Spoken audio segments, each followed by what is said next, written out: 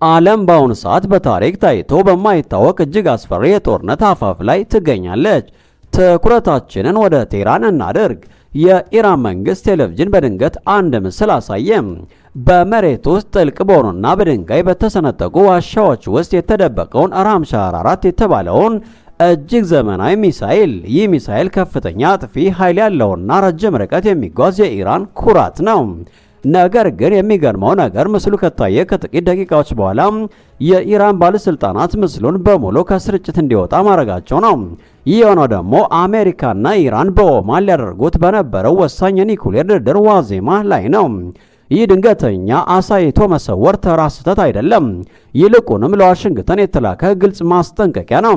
ኢራን ከፈለግን ልናጠፋቸው የምንችልበት መሳሪያ በእጃችን አለ የሚል መልእክት ካስተላለፈች በኋላ ድርድሩን ወደማይፈለግ አቅጣጫ ቀይረዋለች። በቱርክ ሊደረግ የነበረው ድርድር ወደ ኦማን እንዲዛወር፣ የሚሳኤል ጉዳይ ከድርድሩ እንዲወጣና አንዳንድ ሀገራት ከስብሰባው እንዲገለሉ ኢራን በጠየቀችው መሰረት አሜሪካ ይህ ካልሆነ ድርድር የለም የሚል ጠንካራ ምላሽ ሰጥታለች። በዚህ ምክንያት ለዓመታት የተለፋበት ዲፕሎማሲ በአንድ ጀንበር ፈርሷል። ዲፕሎማሲው ሲዘጋ የጦር መሳሪያዎች ድምፅ መሰማት ጀምረዋል። አሜሪካ በአስቸኳይ ሁኔታ በደርዘን የሚቆጠሩ ኤፍ-15ኢ ተዋጊ ጀቶቿን ወደ ኢራን አቅራቢያ ወደሚገኙ የጦር ሰፈሮች አሰማርታለች። ይህ የአሜሪካ እርምጃ የመጣው ኢራን በይፋ የዮርዳኖስ ሕዝብ በሀገሪቱ የሚገኙ የአሜሪካ የጦር ሰፈሮችን በኃይል እንዲይዙ ጥሪ ካቀረበች በኋላ ነው። ከዚህ ባለፈም ኢራን የአረብ ኤምሬትስ የኢኮኖሚ እምብርት የሆነችውን ዱባይንና የቴክኖሎጂ ማዕከሎቿን ኢላማ እንደምታደርግ አስፈራርታለች። ይህ ሁኔታው በቀጠናው ያሉ ሀገራትን እጅግ አስግቷል። አሁን ግጭቱ በኢራንና በአሜሪካ መካከል ብቻ ሳይሆን መላውን የመካከለኛው ምስራቅ አረብ ሀገራት የሚነካ ሆኗል። ኢራን በዮርዳኖስ በኩል ህዝባዊ አመጽ እንዲቀሰቀስ በመገፋፋት አሜሪካን በቀጥታ ለመጋፈጥ መዘጋጀቷን እያሳየች ነው። ወደ እስራኤል ስንመለስ ሁኔታው ይበልጥ አሳሳቢ ነው። የእስራኤል መከላከያ ሰራዊት ከፍተኛ አዛዥ ሌተናል ጄኔራል ኢያል ዛሚር አሜሪካ በኢራን ላይ ጥቃት የምትሰነዝር ከሆነ የመነሳቱን ድል በማስላት ልዩ ስብሰባዎችን ማድረጋቸው ይታወሳል። እስራኤል የምትሰጋው ከኢራን ብቻ ሳይሆን በየመን ካሉ ሀውቲዎችም ጭምር ነው። ሀውቲዎች የአሜሪካ መርከቦችን በቀይ ባህር ላይ ለማጥቃት ዳግም መዘጋጀታቸውን የሚገልጹ መረጃዎችን ማውጣታቸው ይታወሳል። እስራኤል በየመን ውስጥ የሚገኙ ሀውቲዎችን የጥቃት ኢላማዎችን በዝርዝር በድጋሜ በማጤን የአየር ኃይሏ ለማንኛውም ያጸፋ እርምጃ ዝግጁ እንዲሆን ትዕዛዝ አስተላልፋለች። ይህ ማለት አሜሪካ ኢራንን የምትመታ ከሆነ በአንድ ጊዜ ከየመን ከሊባኖስና ከኢራን የሚነሱ ሚሳይሎች እስራኤልን ሊያጥለቀልቋት ይችላሉ ማለት ነው። ይህ ሁሉ ምስቅልቅል ባለበት ወቅት በሞስኮና በቤጂንግ በኩል አዲስ ጥምረት እየተፈጠረ ነው። የሩሲያው ፕሬዝዳንት ቭላድሚር ፑቲንና የቻይናው ሺጂንፒንግ በቪዲዮ ባደረጉት ውይይት የ2026ቱን አዲስ የስትራቴጂካዊ ትብብር መንገድ ካርታ ይፋ አድርገዋል። ሺጂንፒንግ ይህንን ግንኙነት አዲስ ዘመን ሲሉ ጠርተውታል። ሩሲያ ለኢራን አንድ ትልቅ የኒውክሌር ስጦታ አቅርባለች። ይህ ኢራን ያከማቸችውን እስከ 60 በመቶ የበለጸገውን ዩራኒየም ወደ ሩሲያ ግዛት በማዘዋወር አሜሪካ የምትጥለውን ጫና እንድትቋቋም መርዳት ነው። ሆኖም ኢራን እስካሁን ድረስ የኒውክሌር ፕሮግራሜን እና የሚሳኤል አቅሜን ለድርድር አላቀርብም በሚል በአቋሟ ጸንታለች። በሌላ በኩል ቻይና አሜሪካ ከሩሲያ ጋር የነበራትን የኒውክሌር ጦር መሳሪያ ስምምነት መፍረሱን ተከትለው አዲስ ድርድር ውስጥ አልገባም በማለት አሜሪካን የኒውክሌር ድንጋጤ ውስጥ ከታታለች። ቻይና እና ሩሲያ በጋራ በመሆን አሜሪካ የምትመራውን ነጠላ የዓለም ስርዓት በመቃወም የራሳቸውን አዲስ የኃይል ሚዛን እየፈጠሩ ነው። በአጠቃላይ ዓለማችን በአሁኑ ሰዓት በዲፕሎማሲና በጦርነት መካከል ባለ ጠባብ መስመር ላይ ትገኛለች። የኢራን ከራምሻር 4 ሚሳኤል መታየት፣ የአሜሪካ ተዋጊ ጀቶች መሰማራትና የሩሲያ ቻይና ጥምረት ሁሉም የሚያመለክቱት አንድ ነገር ነው። የ2026ቱ የጂኦፖለቲካዊ ፍጥጫ ወደ መጨረሻው ምዕራፍ እየተቃረበ ነው። ኢራን ዲፕሎማሲውን አልቀበልም ማለቷና አሜሪካም ወታደራዊ አማራጮችን በጠረጴዛ ላይ ማስቀመጧ ቀጣው እርምጃ ወደ መካከለኛው ምስራቅ የሚዛመት ትልቅ ጦርነት ሊሆን እንደሚችል ያመለክታል። የዓለማችን የንግድና የነዳጅ መስመር ዋነኛ መተላለፊያ በሆነው የፋርስ ባህረ ሰላጤ ላይ የኢራን አብዮታዊ ዘበኛ የባህር ኃይል 2 የውጭ መርከቦችን በቁጥጥር ስር መዋሉን በይፋ አስታውቋል። ይህ እርምጃ የተወሰደው ቀጠናው በእጅጉ ከፍተኛ ውጥረት ውስጥ ባለበት ወቅት ሲሆን ከኢራን ከፍተኛ ባለስልጣናት በኩል የተሰነዘረው ማስጠንቀቂያ ደግሞ ዓለምን በእጅጉ አስደንግጧል። የሆርሙዝ የውሃ መስመር ለአሜሪካውያን የሲኦልና የጭፍጨፋ ምድር ይሆናል የሚል የኢራን ዛቻ በቀጠናው ቀጥተኛ ወታደራዊ ግጭት ሊቀሰቀስ ይችላል የሚል ከፍተኛ ስጋት አሳድሯል። የኢራን አብዮታዊ ዘበኛ የህዝብ ግንኙነት ክፍል በሰጠው መግለጫ መሰረት መርከቦቹ የተያዙ ስልታዊ በሆነችው የፋርስ ደሴት አቅራቢያ ነው።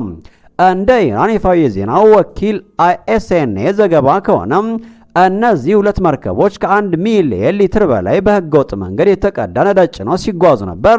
ኢራን ይህንን እርምጃ የወሰደችው ለወራት የፈጀ ጥብቅ የደህንነት ክትትል፣ የስለላ ስራና የተቀናጀ የባህር ላይ ኦፕሬሽን በማካሄድ መሆኑን ገልጻለች። በሁለቱ መርከቦች ላይ የነበሩ 15 የውጭ ሀገር ዜግነት ያላቸው የሰራተኞች አባላትን በቁጥጥር ስር ውለው ወደ ኢራን የፍትህ አካላት ተላልፈዋል። ይህ ኢራን በባህረ ሰላጤው ላይ ያላትን ወታደራዊ የበላይነትና ማንኛውም እንቅስቃሴ የመቆጣጠር አቅሟን ለማሳየት የተጠቀመችበት አጋጣሚ ይመስላል። ከመርከቦቹ መያዝ በስተጀርባ የተሰማው የፖለቲካ ንግግር ግን ይበልጥ አነጋጋሪ ሆኗል። የቀድሞ የኢራን ሚኒስትርና የአገሪቱ መንግስት ብሮድካስት የቀድሞ ኃላፊ የነበሩት ኢዛቶላ ዛርጋሚ ለአሜሪካ እጅግ ጠንካራና አስፈሪ መልእክት አስተላልፈዋል። ዛርጋሚ ሲናገሩ የሆርሙዝ የውሃ መስመር ለአሜሪካ የጭፍጨፋና የገሃነም ቦታ እንደሚሆን ሙሉ በሙሉ እርግጠኛ ነኝ ብለዋል። ጨምረውም ኢራን የውሃ መስመር በታሪክም ሆነ በተግባር የራሷ መሆኑን ለዓለም ታሳያለች።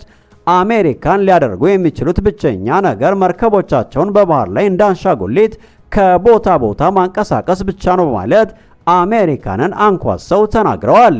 ይህ ንግግር ኢራን የሆርሙዝን መስመር እንደ ጦርነት መሳሪያ ለመጠቀም መዘጋጀቷን የሚያመላክት ነው። የሆርሙዝ የውሃ መስመር ለምን እንዲህ ትኩረት ሰጠው? ይህ መስመር በዓለም ላይ ካለው የነዳጅ ፍጆታ ውስጥ ሲሶው ወይም 1/3 የሚያልፍበት ወሳኝ ስፍራ ነው። ኢራን ይህንን መስመር በኃይል እዘጋለሁ ወይም ለአሜሪካ ሲኦል አረጋለሁ ስትል የዓለምን ኢኮኖሚ ሽባ የማድረግ አቅም እንዳላት መግለጿ ነው። አሜሪካ በበኩሏ በባህረ ሰላጤው ላይ ያላትን የጦር መርከቦች ቁጥር እየጨመረ ሲሆን የንግድ መርከቦችን ደህንነት እጠብቃለሁ በሚል ከኢራን ጋር አይን ላይ ተፋጣለች። የዛርጋሚ ንግግር የጭፍጨፋ ምድር የሚል ቃል መጠቀሙም በቀጣዩ በሚኖሩ ማንኛውም ወታደራዊ ግጭቶች ኢራን የለየለት እርምጃ ለመውሰድ መወሰኗን ያሳያል። ይህ የኢራን እርምጃና ተከታዩ ዛቻ ለዓለም ምን ትርጉም አለው?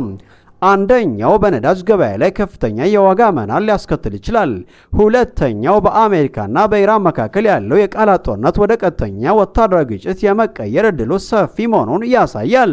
ኢራን መርከቦችን መያዟን እንደ መደበኛ የህግ ማስከበር ስራ ብታቀርበውም ከጀርባው ያለው የፖለቲካ መልእክት ግን ለአሜሪካ አንሰግድም የሚል ነው። በተለይም ዩኤስኤስ አብርሃም ሊንከን የአውሮፕላን ተሸካሚ መርከብ ግብረ ኃይል በፋርስ ባህረ ሰላጤ መገኘት በውስጡ ትልቅ የሚጋጭ እውነታን ደብቋል። የትራምፕ አስተዳደር በኢራን ላይ ከፍተኛ ጫና እያሳደረ ቢሆንም የፔንታጎን ወታደራዊ እቅድ አውጪዎች ግን እጅግ አደገኛ በሆነ የጦር መሳሪያ ክምችት እጥረት ውስጥ ይገኛሉ። የመከላከያ ተንታኞችና የስትራቴጂክ ጥናት ማዕከል ሪፖርቶች እንደሚያመለክቱት አሜሪካ በኦክቶበር 24 እና በሰኔ 25 ከኢራን የተሰነዘሩ ጥቃቶችን ለመከላከል በተጠቀመችባቸው የሚሳኤል መጥለፊያዎች ምክንያት የሀገሪቱ የመከላከያ አቅም ትርጉም ባለው መልኩ ተገድቧል። በሰኔ ወር በነበረው የ12 ቀናት ጦርነት ብቻ አሜሪካ በዓለም አቀፍ ደረጃ ያላትን የታድ ሚሳኤል ክምችት 25 በመቶውን ተጠቅማ ጨርሳለች። ይህ ባስ ብሎም በዓመት 12 ሚሳኤሎችን ብቻ የሚያመርተው የአሜሪካ የጦር መሳሪያ ኢንዱስትሪ በአሁኑ ወቅት ያለውን ፍላጎት ማሟላት የማይችልበት ደረጃ ላይ ደርሷል። ይህ በእንዲህ እንዳለ ከሩሲያ ጋር ያለው የኒኩሌር ቁጥጥር ስምምነት ጊዜው ማብቃቱና አውሮፓ ከሩሲያ የሚሰነዘርባትን ጥቃት ለመከላከል ያላት አቅም 5 በመቶ ብቻ መሆኑን ዋሽንግተን ለከፋ የሎጂስቲክ ቀውስ ዳርጓታል። የፔንታጎን ባለስልጣናት ምርትን በ3 እጥፍ ለማሳደግ ቢሞክሩም ይህ ውጤት ለማምጣት ወራትን የሚጠይቅ በመሆኑ ኢራን ይህንን ክፍተት ተጠቅማ አደገኛ ጥቃት ልትሰነዝር ትችላለች የሚል ስጋት ነግሷል።